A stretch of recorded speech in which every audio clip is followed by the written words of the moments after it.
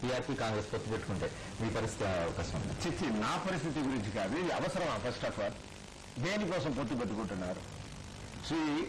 TRP party ఆయన ఏ rules and regulations తో party start చేశారు.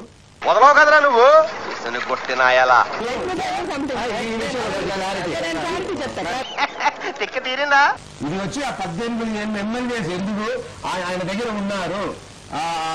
చిరంజీవి ఒపీనియన్ ఏంటంటే, సరే వీళ్ళ దగ్గర అంతా డబ్బు తీసుకుని మనం ఇచ్చాము, డబ్బు తీసుకుని ఓడిపోయిన వాళ్ళు ఎంతో మంది ఉన్నారు, వాళ్ళతో వచ్చి ఇప్పుడు డబ్బు అడుగుతున్నారు. నీకే పోయగలవరా?